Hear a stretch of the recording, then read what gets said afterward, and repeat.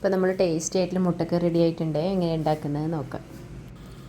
നമുക്ക് ഇതിലോട്ട് കുറച്ച് പെരിഞ്ചീരകം ആഡ് ചെയ്യാം.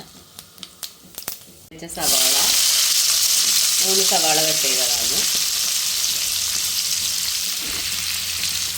നമുക്ക് ഇതിലോട്ട് കുറച്ച് ഉപ്പിട്ടതിന് ശേഷം ഒന്ന് അടച്ചു വെക്കാം.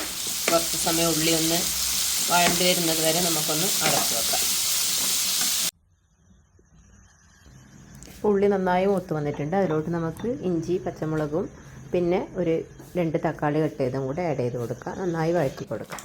അതിനിടെ നമ്മൾ പലഹാരത്തിനുള്ള ഒരു പണിയിലാണ്. ഇടിയപ്പമാണ്. അപ്പോൾ ഇടിയപ്പത്തിനുള്ള മാവ് കുഴച്ചിട്ടുണ്ട്. അപ്പോൾ ഓരോന്നരും ഇടിയപ്പം ചെറിയ പാത്രത്തിലായിട്ട് ഉണ്ടാക്കുന്നൊരു തിരക്കിലാണ്. അപ്പോൾ നമ്മുടെ തക്കാളിയെല്ലാം കറിക്ക് വേണ്ടതൊന്ന് തയ്യാറായി വരുമ്പോഴത്തേക്ക് നമ്മൾ ഇടിയപ്പം ഉണ്ടാക്കിയിട്ട് വെക്കാം.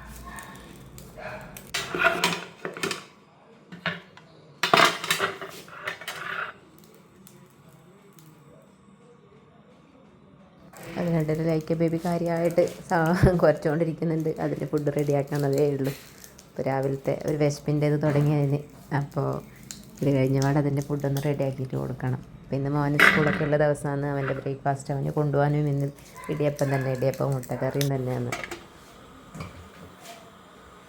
അതിനിടയിൽ മുട്ടക്കറിക്ക് വേണ്ട തേങ്ങ നന്നായിട്ട് അരച്ചിട്ടുണ്ട്. ഇളം തേങ്ങയാണ്. അപ്പോൾ അതിൽ നിന്ന് പാലെടുക്കണം നമുക്ക്. അപ്പോൾ അതിൽ നിന്ന് നന്നായി അരച്ചിട്ട് നമുക്കതിൽ നിന്ന് പാല് പിഴിഞ്ഞെടുക്കാം. അപ്പോൾ ഇതിൽ തേങ്ങാപ്പാൽ വെച്ചിട്ടുള്ളൊരു മുട്ടക്കറിയാണ് ഉണ്ടാക്കുന്നത്.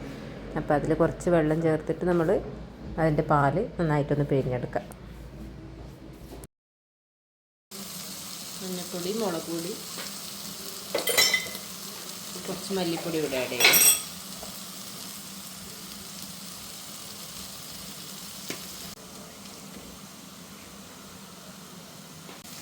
അപ്പോൾ നമുക്ക് എടുത്ത് വെച്ച് തേങ്ങാപ്പാലിലോട്ട് ഒഴിക്കാം.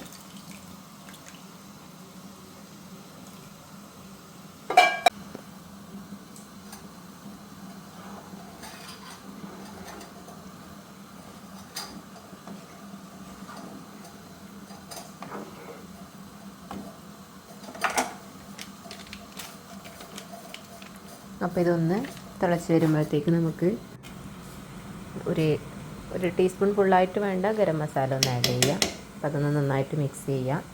എന്നിട്ട് നമുക്ക് കറിവേപ്പിലയും പിന്നെ ഫ്ലെയിം ഓഫ് ചെയ്തതിന് ശേഷം കുറച്ച് മല്ലിയിലയും കൂടെ ചേർക്കാം. അപ്പോൾ നല്ല മുട്ടക്കറി റെഡി ആയിട്ടുണ്ട്. നമുക്ക് ഇടിയപ്പത്തിൻ്റെ കൂടെ കഴിക്കാം.